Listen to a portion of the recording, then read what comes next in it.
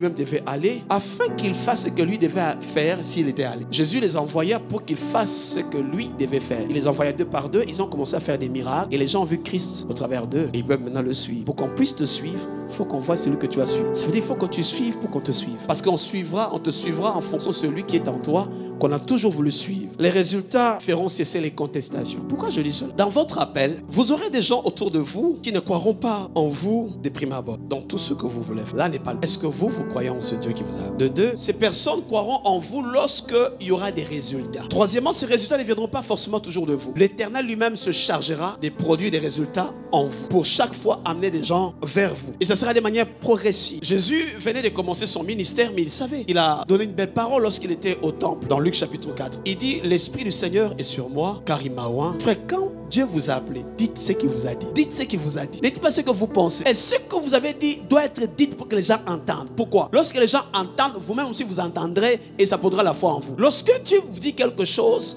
vous devez le répéter. Voix audible. Seigneur, tu m'as dit telle chose, telle chose. Pourquoi? La foi vient de ce qu'on entend. Il faut que tu dises et que tu entends toi-même ces choses. Ça va produire la foi en toi. Et même si au départ on ne croit pas en toi. Alors Jésus commence son ministère et il parle de ce qu'il devait faire. Il a déjà dit ça. Et il prend les disciples, on l'a vu dimanche dernier. Et il n'avait pas encore fait des miracles. C'est pour ça que je comprends maintenant pourquoi ce miracle devint intervenu depuis le début de mon sermon aujourd'hui. La première fois que les apôtres croient en Jésus, malgré qu'ils le suivent, c'est lorsqu'il a eu le miracle de Cana. Le tout premier, j'ai pris qu'il y a un miracle de Cana dans votre vie. Afin que ceux qui marchent avec vous, qui ne croient pas en vous, commencent à croire en vous. Écoutez ce que Jean dit au chapitre 2. On est encore au début du ministère de Jésus. Jean chapitre 2 verset 11. Tel fut à Cana en Galilée le premier miracle que fit Jésus. Galilée n'est pas une ville à apprécier. Il y a des troubadours là-bas. On l'explique là où il y a le premier miracle. On dit tel fut le premier miracle que fit Jésus. Le premier, il manifesta sa gloire et ses disciples crurent en lui. Tous ces temps, les disciples n'ont pas cru en lui parce qu'il n'y avait pas de miracle de Cana. J'ai pris que le Seigneur provoque un miracle dans votre vie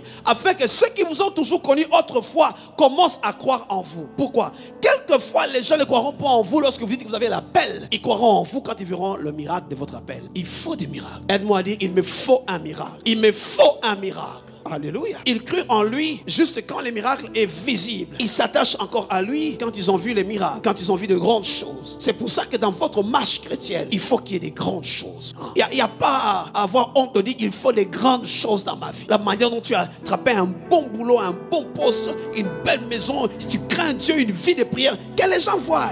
Voyez, que les gens voient. Le ciel n'est pas un endroit où les gens vont échouer sur la terre, ils vont aller se cacher. Alléluia. On ne va pas aller se cacher au ciel. Il a donné la terre au fils de... Oh, la terre là on fait quoi? Alléluia. Il faut qu'on voie le Dieu dont on dit qu'il est grand dans les petites choses chez toi. Alléluia. Je prie que donc dans votre parcours, Dieu change l'eau en vin afin qu'un grand nombre croie en vous. Dans votre marche, dans votre appel, ne vous battez pas pour être reconnu. Ne vous battez pas. Ne vous battez pas pour qu'on vous accepte. Le Dieu qui vous a appelé se chargera de votre promo. Dieu va aller sur Twitter céleste. Il place votre nom. Il va sur Instagram céleste. Il place votre nom. Quelqu'un est à Oklahoma, il reçoit un songe avec votre nom, avec votre enveloppe. Dieu va se charger de votre promo. Si vous attendez calmement. Ma question est celle-ci. Lorsqu'on parle, n'est-ce pas, du miracle des 5000 hommes. Mais ma question est, pourquoi il n'y a que ce jeune homme qui entre dans l'histoire? Pourtant, il y avait plusieurs jeunes. Premièrement, ce n'est pas dans mon texte. Parce que pendant que tout le monde suivait Jésus et tout le monde a fini sa cargaison, sa nourriture, sa gamelle, il était le seul à jeûner, à conserver. J'aimerais dire à quelqu'un, conserve ce que tu as. Deuxièmement, lorsque les aînés sont venus le chercher, afin que par ce qu'il possède et qu'il rentre dans l'histoire, il n'a pas hésité de donner. Quand on a compté les gens, on a compté 5000 hommes, on n'a pas compté les petits. Il est possible qu'on fasse le comptage qu'on ne compte pas. Alléluia. On a compté tout le monde, on n'a pas compté les enfants. Mais parmi les enfants, il y a un petit qui avait du pain et du poisson. C'est pas grave qu'on t'ait compté, qu'on t'ait pas compté. Sache que Dieu t'a compté. Et il va attendre à un moment donné quand le pain va leur manquer à eux. On viendra te chercher. Et curieusement, parmi tous les enfants, c'est toi qu'on va chercher. Troisièmement, lorsque les aînés sont arrivés, les apôtres,